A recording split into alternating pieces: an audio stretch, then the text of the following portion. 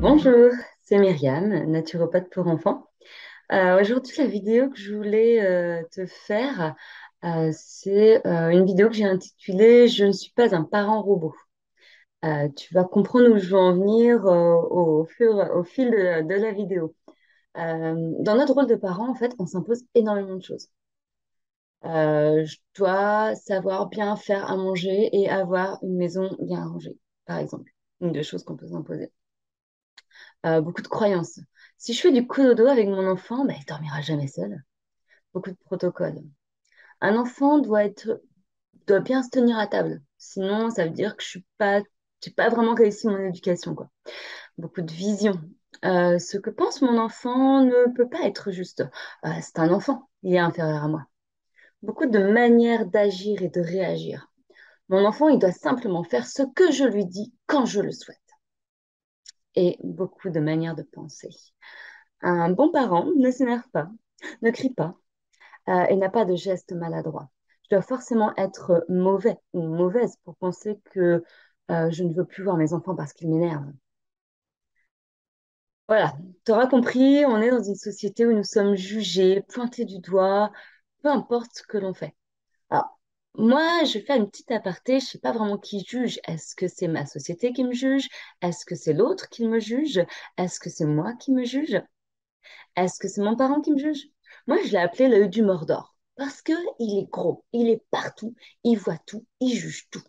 En tout cas, on ne sait pas qui c'est, mais on voit cette espèce de gros œil qui nous regarde en permanence. Un jour, voilà, je serai jugée de laxiste parce que j'aurais laissé mon enfant exprimer ses émotions devant tout le monde de manière inappropriée. Déjà, qui a décidé ce qui était approprié et inapproprié? Ça, c'est une autre question. Et un autre jour, bah, je serais jugée de parents trop durs et un peu rigides parce que bah, j'aurais posé ma limite un petit peu durement à mon enfant, dans un magasin ou ailleurs. Voilà dans quelle société nous vivons. Le regard de l'autre prend toute sa place. Est-ce que c'est la société ou est-ce que c'est moi? Mais peu importe. C'est comme s'il y avait un code du bon parent, mais que personne ne peut comprendre parce qu'en fait, il change tout le temps en fonction de qui nous parle en face. Euh, Y a-t-il une bonne voie? Quand on commence à se documenter sur une autre manière d'éduquer, d'accompagner nos enfants que celle qui nous a été transmise, comme par exemple l'éducation positive, on nous donne un genre de mode d'emploi un petit peu tout fait où il faut appliquer ben, ceci de cette manière-là ou cela de cette manière-ci en fait. Je doute pas que cela puisse fonctionner, hein. Parfois, je doute pas que ce soit efficace. Moi, j'ai expérimenté. Il y a des choses qui marchent très bien, d'autres, voilà, parfois ça devient plus une charge qu'autre chose. C'est vraiment comme ça, moi, je l'ai vécu. On oublie de prendre conscience que nous sommes des parents avec des blessures, avec des schémas de protection qui ont été mis en place par notre système de survie, avec une manière de penser, avec des valeurs différentes des autres parents. Tout ça fait bah, quel parent que je suis aujourd'hui. Le parent que je suis aujourd'hui vient de tout ça, tout mon passé, mais aussi la manière dont moi j'ai été accompagnée en tant qu'enfant. On oublie qu'on évolue en permanence au fil de nos prises de conscience. Ce qui est bon et fonctionne pour un parent, qui est applicable pour lui, sera pas forcément bon pour un autre parent. Chacun est différent. Chaque parent a un sujet qui lui tient plus à cœur qu'un autre. Le bruit à la maison, la tenue à table, les cris à la maison. Enfin, voilà, chacun va avoir quelque chose qui lui tient plus à cœur et sur lequel il va être un petit peu plus sur le dos de ses enfants. Voilà pourquoi je te dis que nous ne sommes pas des parents robots. Pour moi, être un robot, c'est simplement appliquer, faire gentiment ce qu'on lui demande sans se poser de questions, de savoir en fait si c'est bien ou si c'est mal ce que je fais, si c'est juste pour moi ou pour mon enfant, tout simplement. Voilà, c'est un robot. Nous, on n'est pas ça. En tout cas, c'est pas ça qu'on souhaite être. Parfois, c'est un peu ce qu'on est. Mais c'est clairement pas ce que l'on est. Alors, j'ai envie de te dire, acceptons le parent que nous sommes. Stop la façade de parents qui est jovial tout le temps, qui prend toujours les choses d'une belle manière, sans s'énerver. Quelle pression pour nous, mais quelle pression pour nos enfants.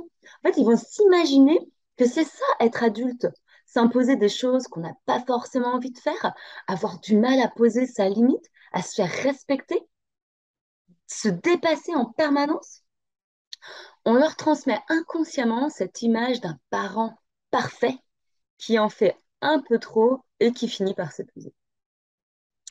La juste manière d'aborder les choses est tellement variable que l'on ne peut pas clamer tant de vérité en fait.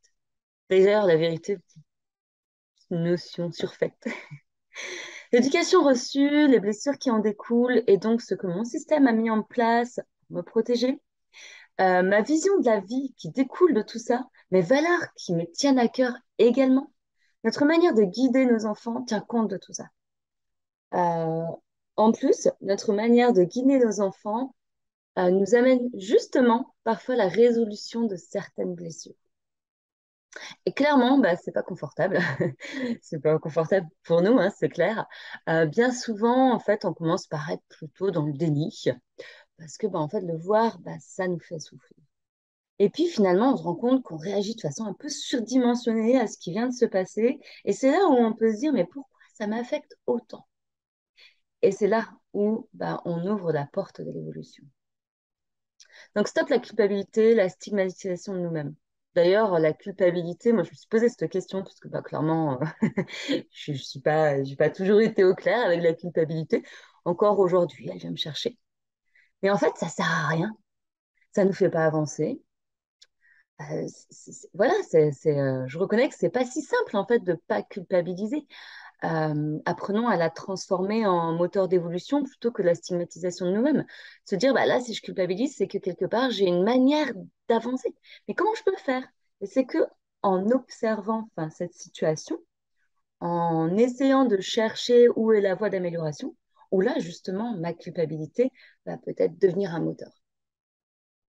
Donc, accueillons le parent que nous sommes aujourd'hui, avec ses défauts, avec ses qualités, avec le chemin qu'il a parcouru et qu'il a encore à parcourir, mais surtout avec la juste remise en question qu'il faut pour évoluer. Pour que nous soyons bien dans notre rôle de parents, mais aussi que nos enfants soient guidés dans le respect d'eux-mêmes. Je ne dis pas éduquer, parce que pour moi, on fait de la guidance, de l'accompagnement. On élève un enfant, mais on ne l'éduque pas. Ça, pour moi, c'est important. J'emploie ce terme d'éducation parfois, mais ce n'est pas un terme qui est juste. Voilà, en tout cas, moi, c'est le chemin que j'ai fait aujourd'hui. Clairement, je suis pas un parent modèle. Oui, je fais des gaffes.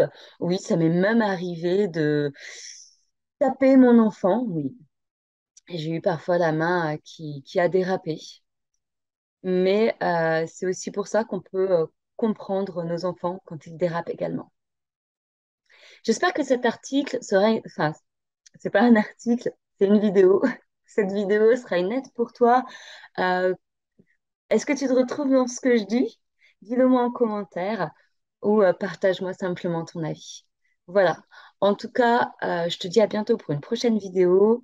N'hésite pas à la liker, à la faire connaître autour de toi, à t'abonner à ma chaîne YouTube pour continuer à me suivre. En attendant, je te dis une bonne fin de journée et à bientôt pour la prochaine. Au revoir!